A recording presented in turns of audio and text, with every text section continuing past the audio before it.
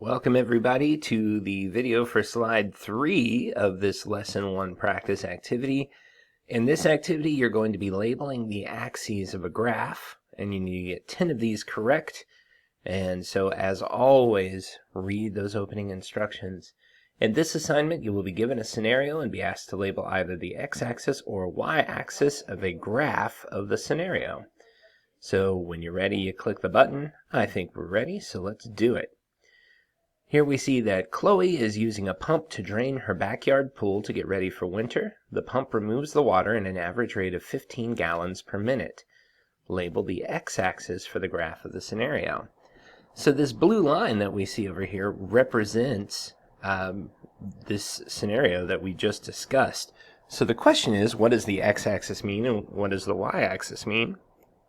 Well, it turns out this is no different than what we just did in the previous slide, because the x-axis is always going to be the independent quantity and the y-axis will always be the dependent quantity. And boy, you know, if writing on the computer wasn't hard enough, writing upside down, suffice to say I'm impressed with myself that I did that. Alright, so we know that whatever the dependent quantity is, that will be on the y-axis, and the independent quantity is on the x-axis. This asks us to label the x-axis for the graph of the scenario. So really what it's asking us is, which one of these things is the independent variable?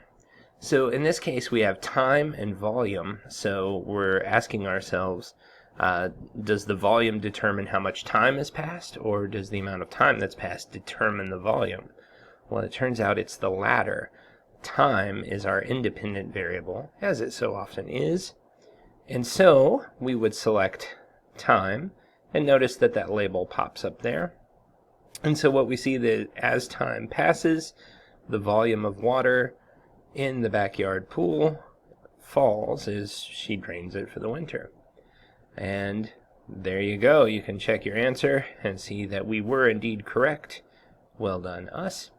You do need to get 10 of those, and one thing I do want to caution you on is it is very, very possible to get 10 correct answers and not actually learn anything from this assignment. For example, if I just hit this button over and over and over again, I will eventually get some correct answers on there. And if I just push it long enough, why, of course I will get 10 problems correct. The problem is I didn't learn anything. Make sure you're actually working the assignment to learn something. And that, friends, will be a key to success no matter what you do.